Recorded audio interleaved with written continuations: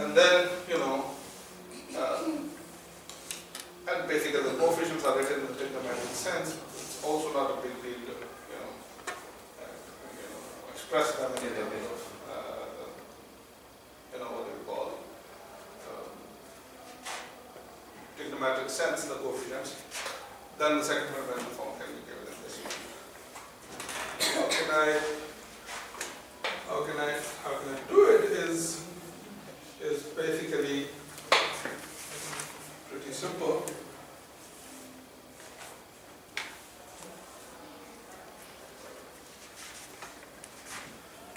I know that second fundamental form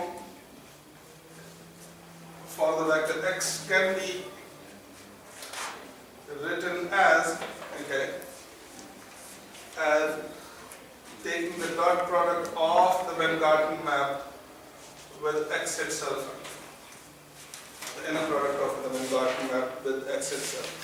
And if you see, say, page 70, in definition 4.19, it is mentioned, we discussed it basically, that you can take the dot product of Venn-Garten map with the vector x, and the resultant is going to be the second fundamental form. By the way, I also know that if I compute, for example, Lx1, in other words, operate L on the eigenvector x1, so then what are you going to get basically? So you're going to get the eigenvalue corresponding to x1 multiplied by the eigenvector x.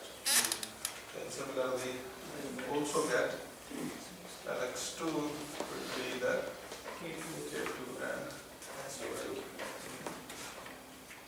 So let's compute this guy explicitly, and let's take L and operate it on x and take its dot product with x. Okay? So if you're going to take L and operate it on x, so you're going to get what? So cos theta is a number, so you're going to get Lx1, which is same as K1x1 plus sin theta K2x2 plus plus.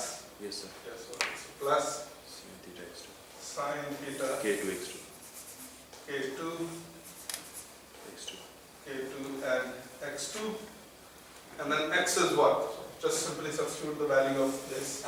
So cos theta x1 plus sin theta plus sin theta x2